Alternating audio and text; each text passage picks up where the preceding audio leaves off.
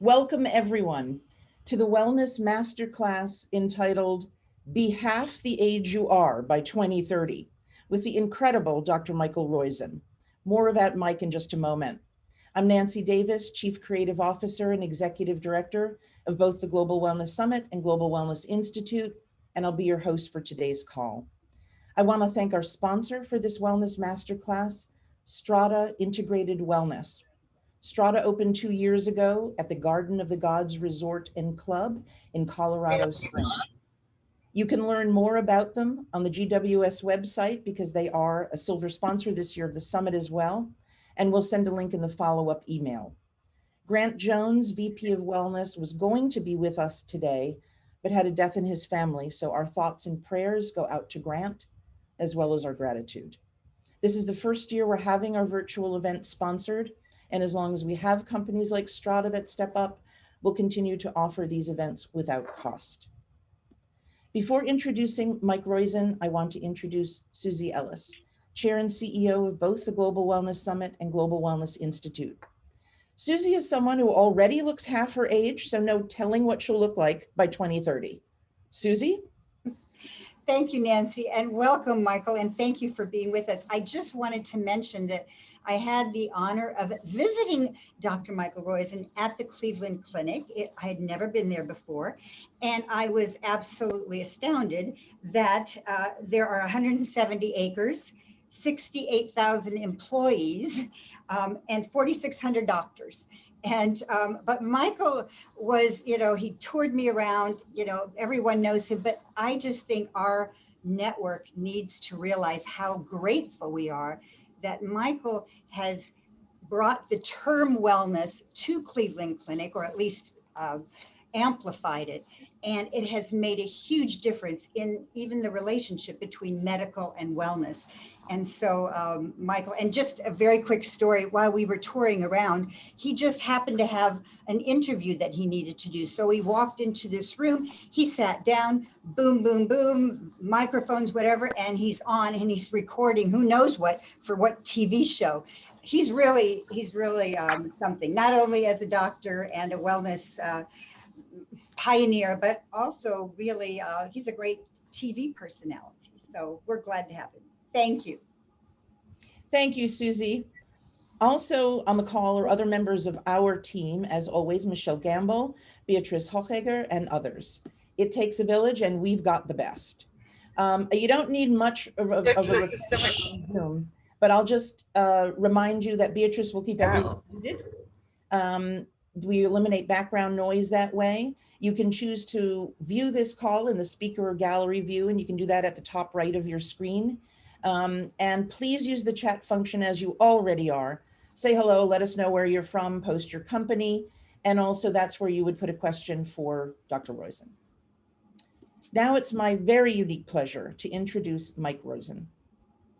George Bernard Shaw famously said, "Youth is wasted on the young." Too bad he didn't know Mike Roizen. Dr. Roizen initiated and developed the real age concept to motivate behavior change. He served as Cleveland Clinic's first chief wellness officer from 2007 to 2019 and is now emeritus, and is founding chair of its Wellness Institute. The clinic's wellness programs helped the clinic not spend over $1 billion for its over 100,000 employees and dependents over 11 years compared with national averages, and helped over 43.6% of participants achieve greater, and this is important, lasting health. So he knows what he is talking about. Mike is a doctor, an educator, an author, an FDA advisory committee member, a columnist. He is the recipient of a number of prestigious awards, including an Emmy, the Paul Rogers Best Medical Communicator Award from the National Library of Medicine, and the United Way of Cleveland Humanitarian of the Year Award. Dr. Roizen is devoted to helping people live younger. 40 is the old age of youth, 50 the youth of old age. So said Victor Hugo, and so Mike Roizen is out to prove. With his New York Times bestseller, Real Age, Are You As Young As You Can Be?, Scheduled, I think, for a post-COVID reboot, we'll ask him about that, Mike is on a mission to help us all locate the picture in the attic. As part of everything he does in the name of health and wellness, Mike is also a seasoned entrepreneur, having helped launch 15 companies. We will send Mike's full bio with the notes we send after the call, but suffice it to say, Mike is a wellness master. The French author Jules Renard famously said, "It is not how old you are, but how you are old." I think Mike Roizen would agree. With a list of accomplishments a mile long, Mike told me that the best thing he has ever done in his life is marry his wife of 48 years, Nancy. Nancy is a developmental pediatrician. Together they have 2 children, and those children have children, making Mike and Nancy very happy grandparents. Mike is a self-proclaimed science nerd, so in his spare time, he reads books about science and medicine. He also plays golf, was a competitive squash player, but now plays more for leisure and exercise. Mike's a true wellness renaissance man and someone who sits squarely at the intersection of medicine and wellness. He is going to present some information today before we get to our conversation. Mike's a valued advisory board member of the Global Wellness Institute and a friend to all of us. I just also want to mention that we have asked Mike to share specifics about his program, the results of his research, and really help us understand the nature of the work he does. He's a renowned thought leader in medicine and wellness, but he is also known for the practical application of this important information in the real world. We will send links to his books and programs in the follow-up email, so don't worry. We always get those questions in the chat. You're going to get all of this information. I'd just like to leave you with one last quote from the actress Helen Hayes, which I think sums up how many of us feel. "Age is not important unless you're a cheese." Let's see if she's right. The one and only Mike Roizen. Please unmute, Mike, bottom left. Nancy, I have never had an introduction that good. So thank you. Let me go immediately to screen share so that we can keep somewhat and get to the questions. And so what I'm going to first go through, if I can get this, is why I think longevity is the opportunity of a lifetime. We'll talk about my own journey, since that will inform, I think, how other people think about aging. And the first concept was that in 1978, 1 year out of fellowship, I was asked to be chief of cardiovascular anesthesia at UC San Francisco, University of California, San Francisco. Actually, that's Rick Carmona. Rich Carmona was a resident of mine in that period, if you can believe that. So, and as well.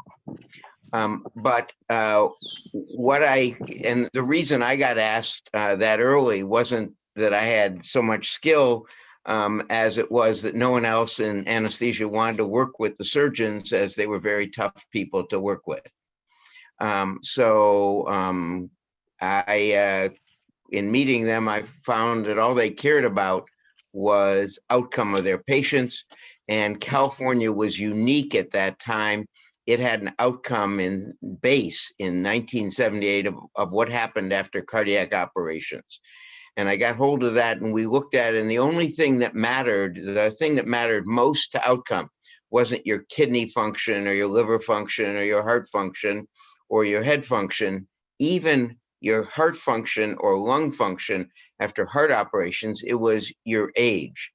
And so I said, let's see what I can do to make people 10 years younger in the perioperative period. In trying to make people 10 years younger in that period, we learned that there were some simple things you could do: smoking cessation, blood pressure control, some pills, etc. And we were able to do that, and that changed our outcome dramatically. But I couldn't motivate enough people. I could motivate the few surgical patients having heart surgery, but you couldn't motivate the masses. So that led to be the foundation of real age. That is, people understand getting younger. And so we started the research on this quite early, and tried to figure out what was solid enough data to put in a program. And we initially were going to launch this in a shrink wrap CD. And then the web came out, and we decided to put it on the web as well as release it in a book. And we'll get into the age mechanism science in a few seconds. So this was a study that really motivated me. It was the IQ of Harvard physicians. It was done at Mass General, but it was all Harvard physicians, and what happened to their IQ as they aged. The study started with about age 47-year-old physicians in 1952 and continued till the last was alive. And you'll see that, like most things, we think that function, that is our ability to function, hits a maximum at age 25 to 30, and it's all downhill after that. And the answer is, when you look at the data, that's right, it's all downhill, except when you looked at IQ. And when you look at the IQ of the Harvard physicians, they lost about 5 IQ points every 10 years. And you say, well, that may be a reason to go with a younger physician. But in fact, one of the most interesting things was the error bars on this. That is, 25% of them had no change in their IQ. And so what you wanted to say is, how do you become one of the 25% that doesn't change IQ? And that's really how this whole started. How do you keep all of you young till the end? And what we learned was that this wasn't one curve, the deep red curve. It was a family of curves. And which curve you're on was your choice. Let me repeat that. Up to age about 10, your functional maximum is determined by your genes. But clearly after age 18, where you go and which curve you're on is your choice. That's why wellness is so important, because you can live very near the top of your curve till very near the end. And that led to real age. And we predicted, in fact, that in 1993, that 60 would be the new 40. In fact, that's what's happened. If you look at the studies that have come out, this is a combination of the Nurses' Health Study with 73,000 people and the Health Professionals Follow-Up Study with 38,000 people. The last one is largely men. The first one is largely women. You can see that the life expectancy free of chronic disease, if you don't do healthy behaviors, at age 50 is around 23. Or you can live to about 74 free of it. But if you do 4 of the 6 main things, you live 11 more years free of disease. That means you're living at the top of your curve 11 more years. And it's true for both men and women. In fact, if 2020 now, 60 is the new 40, we're going to predict that, in fact, by 2030, you're going to have an exponential jump in that. That is, you're going to be able to reboot yourself back to 40 when you're 90. Let me repeat that, because that's really profound. 90 will be the new 40, and it won't be an old age. And that's why the Wellness Institute and what they're doing, and what Nancy and Susie and the whole team and what you all are doing is so important, because you're going to be able, and we think it'll probably be organ by organ in 2030, but by 2040, it's going to be like a car wash. You'll go in at one end and come out younger at the other end. So what we can say is that from 1880 to 2020, we've expanded life expectancy, both healthy life expectancy in total, By the way, the years of disability have gone from about 30% down to about 24% now. So we're living longer and living healthier longer. But the point is that life expectancy has been expanding by about 2.5 years every decade. And let me show you that. So this is the curve. Blue is the life expectancy of women, green men. Women have always lived longer than men. And as you see, since about 1850, in a relatively straight line fashion, we've gained about 2.5 years. I apologize. I don't know how to do that, but I'm good. I don't know what. I apologize for that. Let's see. Come from wireless from age. Come from wireless from age. I don't know how to shut it off, so Wireless from age. there, maybe that. Okay. In any case, this is it's a relatively straight line function. So from 1850, early on, it was, it's one of the hazards of doing this at home, Nancy, rather than with a power out here. So it went because of childhood immunization, sanitation, et cetera. And then recently, over the last 60 years, it's been related to management of chronic disease, stents, coronary bypass drugs for chronic disease. We think it's going to be, in fact, go to the basic mechanism of aging itself. Life expectancy, people always ask, in a pandemic always goes down. It went down 12 years in the 1 year after the Spanish flu, and rebounded quickly, if you see. And in all the pandemics that have been studied, life expectancy goes down sharply and then rebounds quickly. And as you can see, life expectancy, we now have two pandemics, opioids and COVID-19.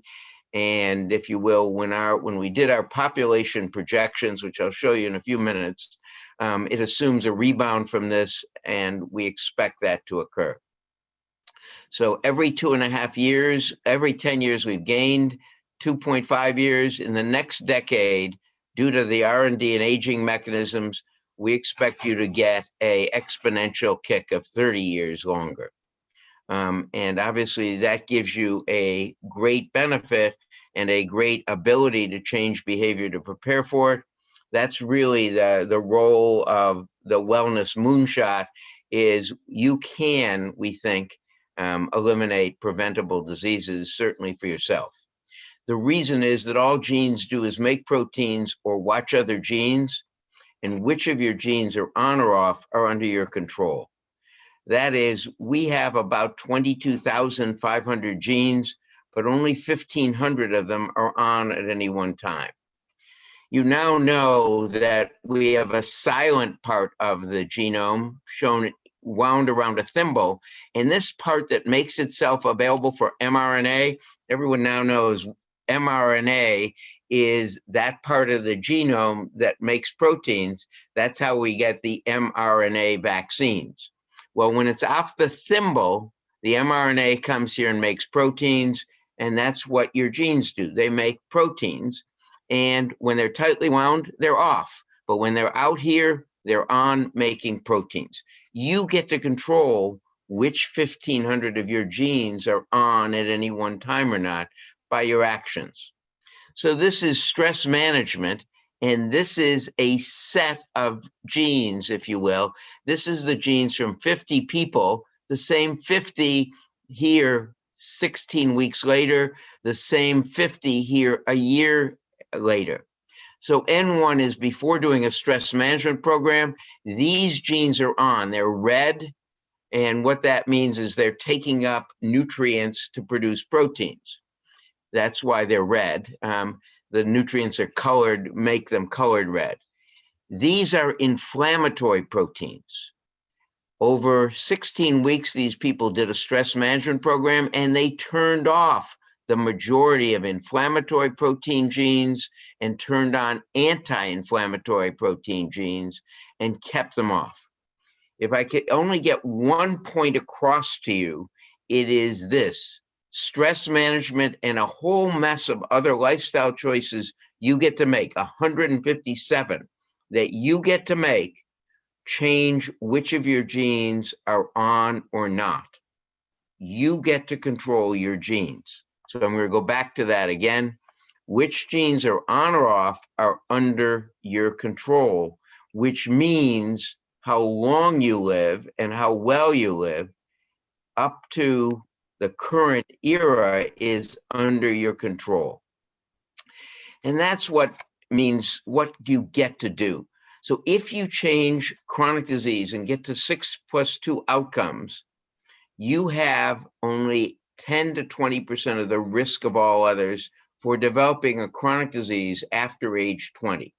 Let me go through that. In other words, your genes take you where they want to go under age 10, but clearly over age 18, where you go is your choice. And the data in the Nurses' Health Study over 38 years showed that if you do all 6 behaviors, you reduce your chance of chronic disease by 90%. Let me repeat that, 90%. But only, if you will, the people who should know best in America, the nurses, only 4% did even 5 of those 6 choices. Men are worse. In the Swedish men's study, was the same thing. It was an 84% reduction in chronic disease, but only 1% of the men did it. In the USA, it is, as a whole, between 2010 and 2016 in the Nehane study, only 2.7% of people over the age of 18 did those behaviors. And why are we so expensive at Medicare? It is less than 1%. It is 0.6%. So we're likely to get chronic disease and require therapies for chronic disease. But we don't have to be. You can live at the top of your curve much longer. And those 6 are things that are simple to manage. Your blood pressure. We have 150 approved drugs for blood pressure management. If you want less libido in your partner, we've got a blood pressure pill that does that. If you want more libido in your partner, we've got a blood pressure pill that does that. We've got every side effect, literally, in blood pressure pills you can ask for. It is a body mass index. It's not thin. This is even going under overweight. That is, your waist being less than half your height, you still can have a normal rate of aging. Fasting blood sugar, LDL cholesterol, no cotinine in your urine. And then the one that we didn't anticipate, but clearly since 2010 is the most important one for us, is stress management. I couldn't do stress management when we started at the clinic, and that was Toby Cosgrove when I took over the Wellness Institute. When we formed it, he said, you can do everything but that one on my list, which was stress management. And I said, why not? He said, because I give stress. In any case, he reformed, it actually was a student in 2013 at the Harvard Business School who said to him, as he was giving a talk about Cleveland Clinic at the Harvard Business School, the student said, I took my father to the Mayo Clinic rather than the Cleveland Clinic, even though you have better outcome after cardiac surgery, but they have empathy. Do you teach empathy, Dr. Cosgrove? And he said the first thing he did was look up the word. He did a Google search for what empathy was. But anyway, that changed him and the Cleveland Clinic. And as many of you know, we had a forced, every one of us took a course in empathy by 2015 at the Cleveland Clinic. And the Cleveland Clinic empathy video is the most watched video on YouTube in a business sense. Something over 20 million people had watched it. I don't know if they've revised it now. In any case, the other thing is seeing a primary care provider and immunizations up to date. If you do that, If you do those behaviors and you're worried about memory or breaking a hip, well, memory, we've got really good data. All you actually have to do is do the diet component, and irrespective of your genes, you reduce the risk of dementia by 60% in 2 different studies and now in a third one. And how many employees did this? Well, when we started in 2008, 6% had those 6 normals, and 12% of our population participated in it. Our population means our employees and dependents, roughly 101,000 people. The last time we did it the last time I did this at the end of 2017, it was 42%. It's now 44.3% have 6+2 normals. It is not tough to do a wellness moonshot. We've got 43% doing it, and roughly 73% of our 101,000 participate. How do we motivate them? We pay them. You get $1,500, the maximum allowed by Obamacare law, reduction in cost. So you get $1,500 more. If our employees start working at age 27 and work till 67, they would accumulate an extra $200,000 in their retirement by just the savings if we didn't increase that at all, but we have vowed to increase it. The clinic, as you heard Nancy said, has saved an enormous amount of money. Through 2018, I think we had saved 840 million. We're now saving 190 million compared to our competitors. That is not spending, compared to our competitors, compared to the Mayo Clinic, and compared to the national average. We were at national average. And you'll notice I don't have the 2008-9 figures there. They tried to fire me every quarter. And Toby saved my whoojamacallits, if you will. Why? Because you don't save money initially in a wellness program. And it took us 3 years to begin to have sizable savings. We're now saving a year or a little over $190 million. And our employees are saving an additional 50 million in reduced premiums, not counting copay. It's really, Toby Cosgrove said to me, it's really what we allowed us to go to a $15 minimum wage for all employees 3 years ago. And what you're doing by getting there is you're not doing something superficial. You're actually changing which of your genes are on or not. And it's not that you're living with disability longer, you're living younger longer. And so that's what we say the reboot is likely. You're going to be able to not feel like the average person in 1980 who was 40 years old feels.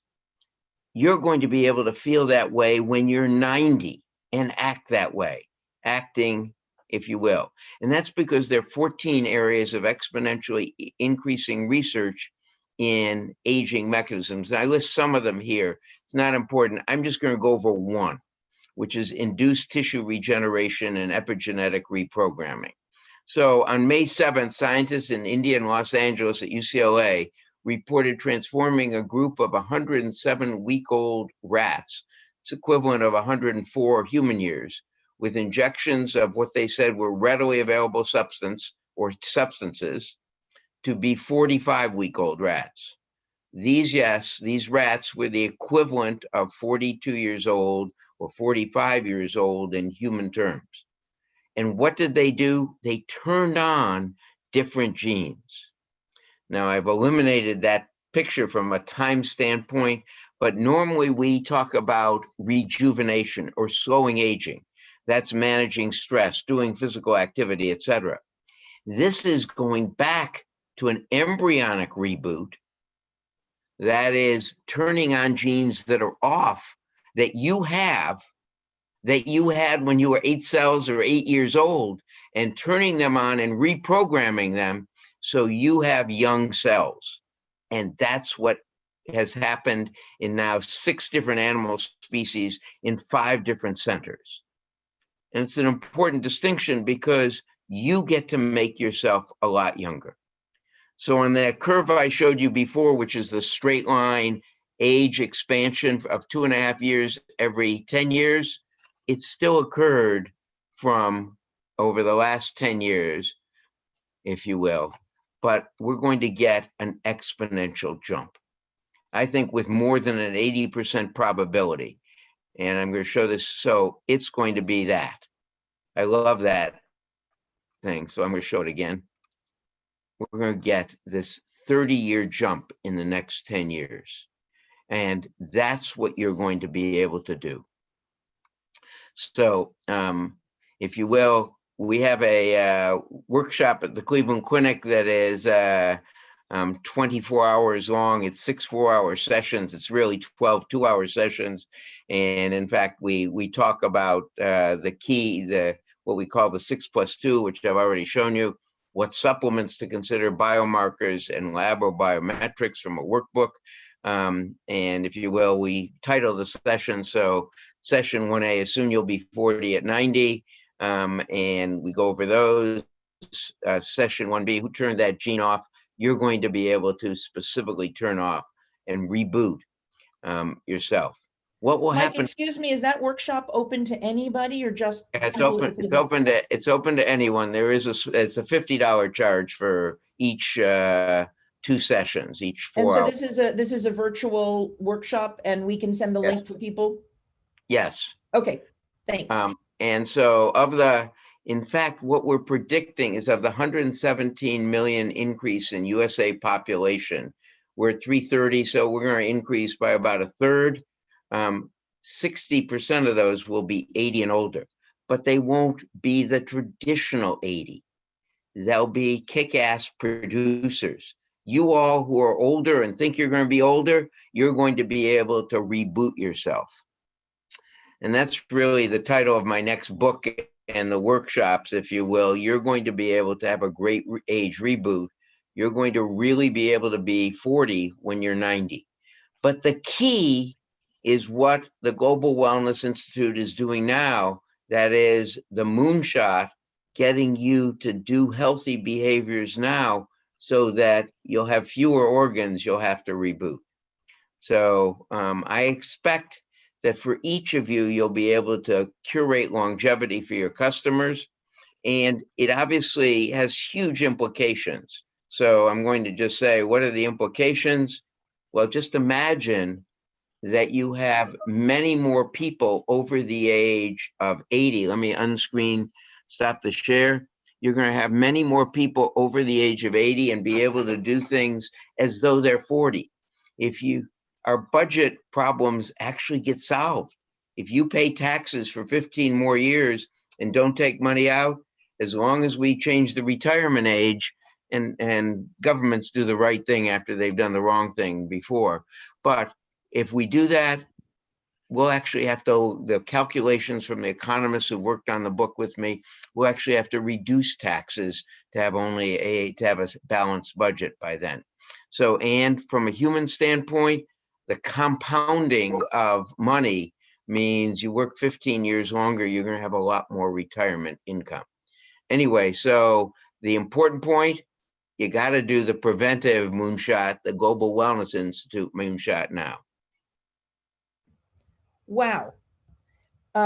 Mike, that is, not only the most encouraging news in a long time, but it's very empowering because you really talk a lot about this being in our control.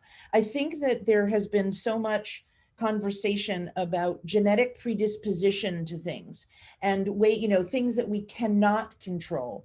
Can you just talk a little bit more about the way we can take control of these things and what you recommend we do? Yeah, so I showed you, the first thing is to get to those 6+2 normals. Everyone will have that in their handout. But those are doable with your primary care physician or your practitioner, whoever you see. Those, whether blood pressure control, LDL cholesterol control, yeah, they're genetic predispositions, but we can control those now. And the real message is, let me just go in. So everyone knows there's a genetic predisposition to dementia. The E3 is the normal gene that most of us have, that by age 95, about 20% of us will develop dementia. If you do the things that just the food choices alone reduce that 60% to about 8%.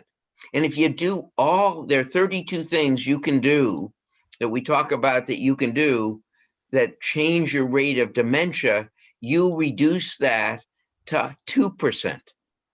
And if you're E4 and have a 90% chance, you reduce that to 9%.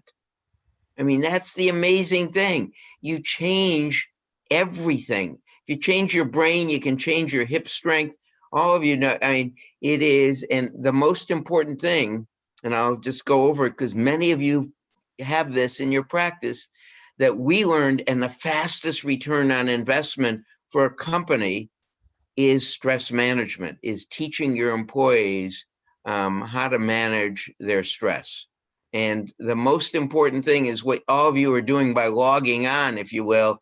It is friends, friends, friends, and purpose in life are some of the most important things that all the way back in the studies in 1979 from both Alameda County and Great Britain showed that is the major way. And then, of course, meditation, guided imagery, progressive muscle relaxation, etc. All of those are possibilities.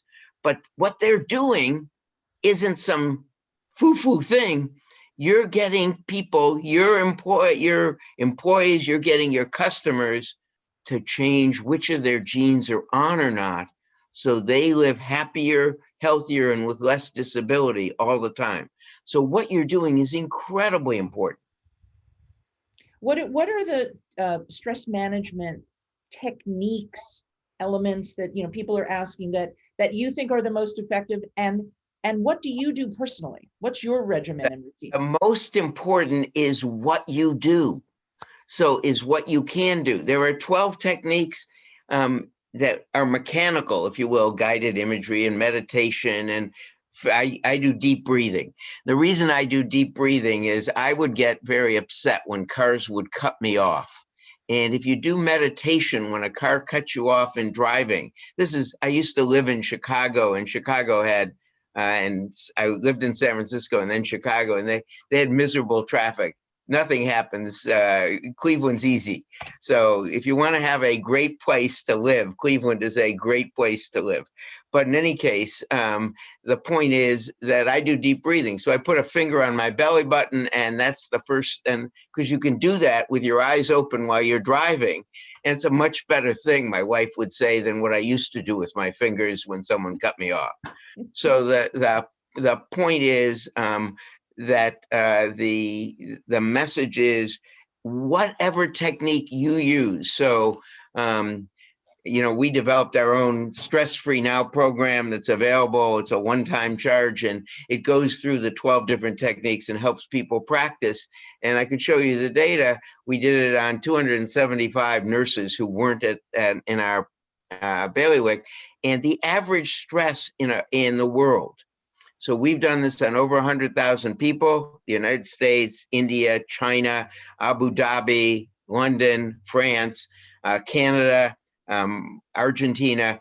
We're all living, I don't know that you are, people who don't use the services you have that help them reduce stress are living at levels of stress that would cause chronic disease 5 years later when these stress scales were developed in 1979 to 83, the perceived stress scale from Carnegie Mellon, actually. So when those were developed, levels that were 5 standard deviations above the mean were associated with people developing chronic. That's the average in the world now. And it's not different in China or India or France or Great Britain or Abu Dhabi or Saudi Arabia than it is in America. We're all living at very high levels. And any technique that people learn that works for them works to lower it to a normal level. So for me, it is my engagement with my wife. Friends and purpose are the most important. And then my purpose of getting to help. You're helping me get younger today, if you will, and change which of my genes are on by having a purpose in life of talking and helping people understand the importance of what they're doing to motivate people to get healthier. But, I thank you. And I think that you've done just more for us in lowering our age, listening to you and learning all the things that we can do. Why is this? I mean, Well, also, but the industry, your industry, my industry, our industry, I'm part of you, if you will. Thank you, Susie Ellis. But our industry is incredibly important at helping people live without disability. And that's going to be the key to setting up this reboot in 10 years. yeah, I think the wellness industry has an enormous opportunity here to really take the lead. You are at that juncture of wellness and medicine. You understand and embrace and employ both. Can you talk a little bit about the moment in time we are in now? Susie has talked a lot about the intersection of healthcare and self-care. This sort of point. And, with COVID, the pandemic having brought awareness, alas, in the way that it did, to a lot of people about prevention, about healthy lifestyles, about choices that they make. You talk a little bit about this intersection, this important moment. Yeah, the problem we have, all of us have, is that behavior change is the toughest thing. And the home behaviors in a group of us, our, if you will, customers, have improved dramatically. They have Pelotons at home. They have, if you will, Nordic tracks. They're eating healthier. They're figuring out how to associate with their family. There's a group that has done incredibly well. That's a tiny group. That's 10 to 20% at most of Americans. The rest, the average weight gain in the United States, this is unbelievable to me. The average weight gain for 50% of the population is 29 pounds from February 1st to February 1st by the NEHANES data. There are 10% of the population in this year gain more than 50 pounds. It is unbelievable. That belies the behavior changes we've got to reverse. And we have the opportunity. Now, the good news is much more of what I would call traditional medicine understands this than they did a year ago. At least at the Cleveland Clinic, that's been a major push for our, as you said, 4,600 physicians and 30,000 nurses. And if I had to say, what's the most disappointing part of everything to me is, if you will, on vaccine uptake, it's been 98% among our physicians. The lowest group at around 60% has been our nurses. It doesn't make any sense. The group that has done the least healthy behaviors of all of our employees has been our nurses. It doesn't make any sense, but it is a ability to now try and motivate those people. So, Nancy, do I think this is a great choice moment? It's a great potential moment, but it is tougher than hell because instead of getting a lot of healthier behaviors during the pandemic has engendered a lot of unhealthier behaviors. And so how do we reverse that? Well, that's why this industry is so important. That's why that's why all the people on this if you will, webinar or whatever we call it, this class are so important, because each of you gets to leverage yourself thousands fold by the customers you get to see and the people you interact with. And that's really our hope, is that buddy system, that friends and purpose to keep it growing. So if are we at an easy stage? No, I actually, we're at an easier stage to get the 10% or 20%, and we're at a much tougher stage for the majority of Americans. Now, the one good point is the corporations are realizing they have a responsibility. So the Cleveland Clinic and a number of foundations are now putting broadband in to everyone in Cleveland. And we're doing, it's a $40 million donation, if you will, that all of us are, that the groups are but they're putting it in so they can connect on telehealth. And they're giving them automatic buttons to get to telehealth, not with just us, with anybody. So the point is that that getting everybody in, we're going to be able to get a lot more people in because of broadband access, whether we capture them or Netflix captures them and they eat pizza and beer and whatever else, bacon during that period, or they get on the Peloton or get on the, I should say, the Proform or whatever, the Nordic Track, all the other things that you can get on, or do it with a family and share that. What they do is up to us to motivate. Mike, I know you have done work with governments and trying to get governments to understand and embrace things. Can you talk for a minute about the role of this? I know it's a frustrating kind of, crazy thing, but yeah, no, I'm going to tell you, I haven't, part of the secret sauce of getting our employees from 6% to 44.3%, from 12% participating to 73% participating, is that we give them $1,500 when they get to 6+2 normals every year. That is, we don't charge them $1,500 and they get to put it in a savings account, et cetera. Small incentives don't work. When we started with $100, it kept the healthy, but they just pocketed it, right? We wasted $4 million that first year. And it's only when you get to large incentives. Well, the government never has had that. And they did. And despite our I got to testify, and Portman and Wyden submitted a bill. Portman's a Republican, Wyden's a Democrat. They got to submit a bill. It went no place despite 6 and 6, because everyone said, well, we've never been paid Medicare and Medicaid recipients money, or even it wasn't allowed to pay a lot of private insurance till we did a lot of lobbying. So, and Susie on the Mark Hyman, Dean Ornish, and I met with 66 senators and 165 representatives when Obamacare was in place. We had perfect connection between Mark Hyman and Hillary Clinton and Dean Ornish and everyone, and the Cleveland Clinic and the Republicans. We could get every contact we wanted and got them instantly. And we did get the 30%, 50% in America there. But we didn't get it from Medicaid, and we didn't get it from Medicare. So Portman and Wyden did a bill. It went no place because the Congressional Budget Office in the United States, in rating it, said everyone over 65 is a cost, no one's a benefit. We can't, and they refused to, in fact, score it the first time. The second time, they refused to score past 3 years. As you saw our data, first 3 years, you actually lose money on this program, paying employees, if you will, incentives that high.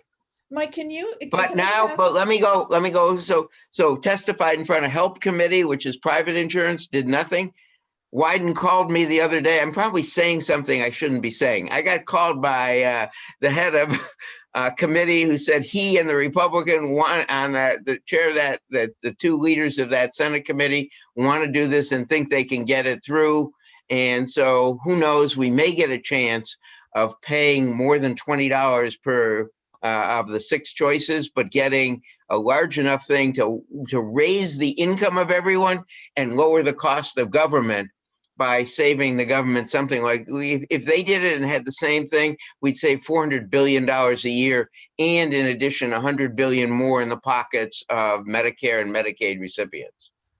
This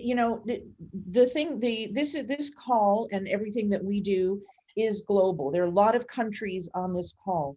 Can you extrapolate? Are the numbers? How do we compare to other countries? Well, I can't do it to developing countries. You can do it to the developed countries, and they have. The United States has exported its bad habits incredibly well. Yes. We gave bad food and inactivity and stress around, and as I said, we've done the stress management program. We've got 5,000 of our 100,000 people are from China, and another bunch are from Abu Dhabi, et cetera. And it's the same. We've exported the bad habit. The problem is the same. there's an increase in chronic disease that is going to ruin budgets because we've learned how to manage chronic disease. And the only way around that is to do what Susie and you are doing with the, if you will, the global wellness moonshot in getting people to be healthy. And by that, they delay their need for it. They're able to work longer. And when the reboot comes in 10 years, we're going to see a tremendous ability to live healthier longer. And so what you're doing is absolutely key, but it is literally the same. And when you go to, there's some countries have figured this out and are doing a lot of things with at least their Emirati population, such as in Abu Dhabi. And there are many other countries that haven't figured it out at all, and just pay for, if you will. There is no incentive in a number of things other than your own health in a number of countries to get healthy. And without that, and if you pay for everything, you're just going to have an increased budget deficit as you pay for the chronic disease treatments. You've got to give people a means and a behavior change and a incentive, other than themselves apparently, to stay healthier longer. Mike, this, all of this information is extraordinary. And let me just reiterate, because it keeps coming up in the chat. This is recorded. You will get a link to it in your follow-up email. It will live on our website. You can share it with a lot of people. Mike has offered to give us a version of his slides that we can share, a PDF that we can share, all kinds of links to things and his workshops, and all of that will be in the follow-up. So do not worry, we've got you covered. You have mentioned a number of times, the Wellness Moonshot, and thank you for that, and the role of the wellness industry. Can you just, you're part of that too, and you're on our board and part of driving that institution. Tell us what we can all do. I mean, why doesn't the world have this information? Because I don't think enough people know it. And why is that, and what can we do?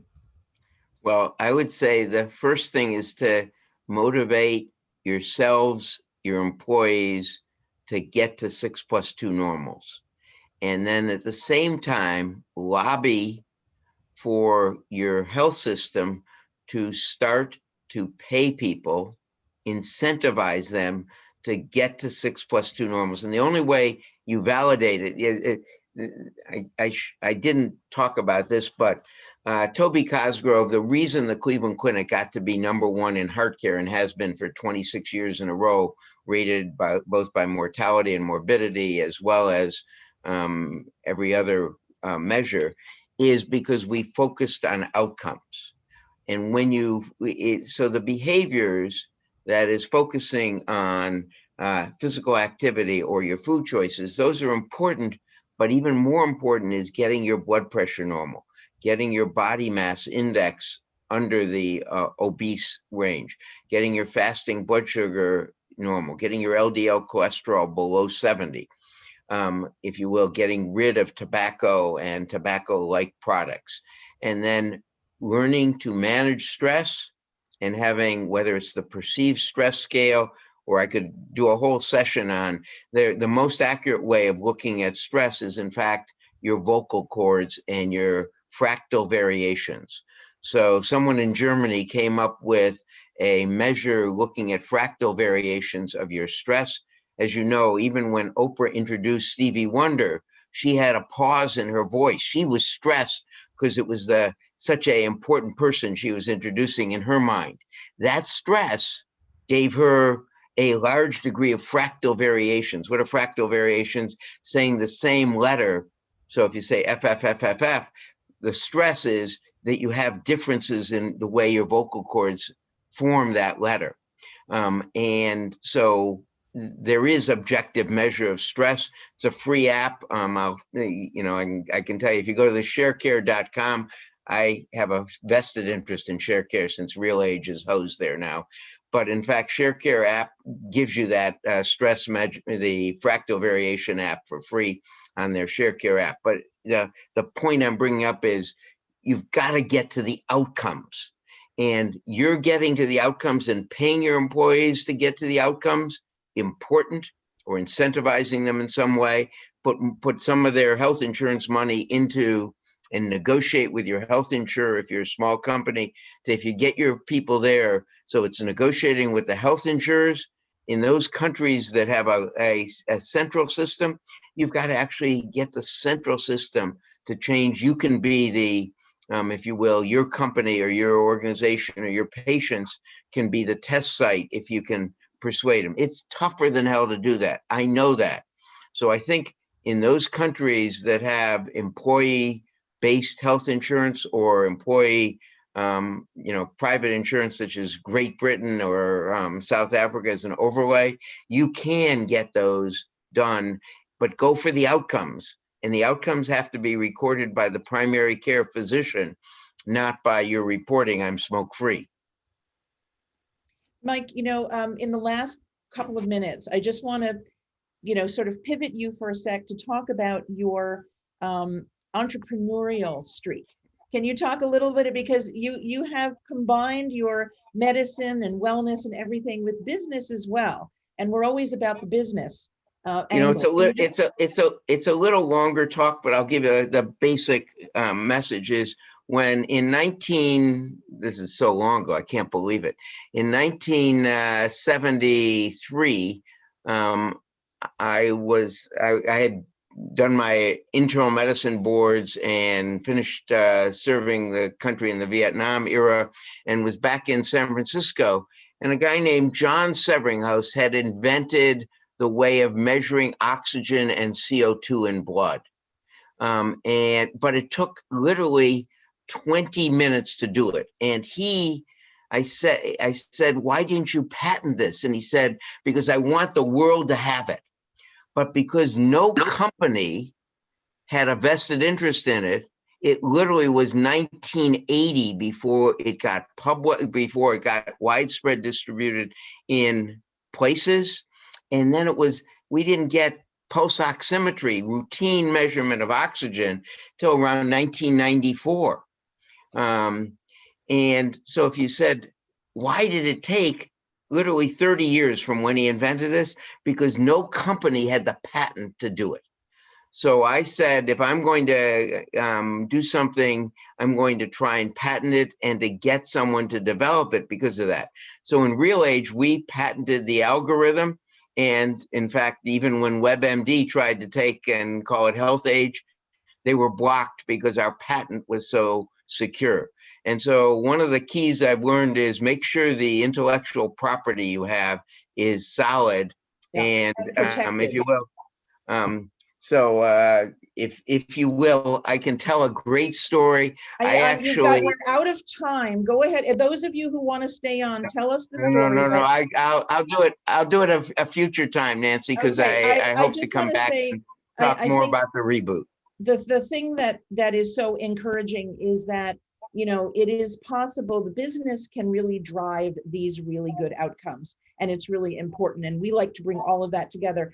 Mike Roizen, you are amazing. I'm going to ask everybody to unmute themselves and give you some global love to make you even younger. Thank you. Thank you very much. Thank you.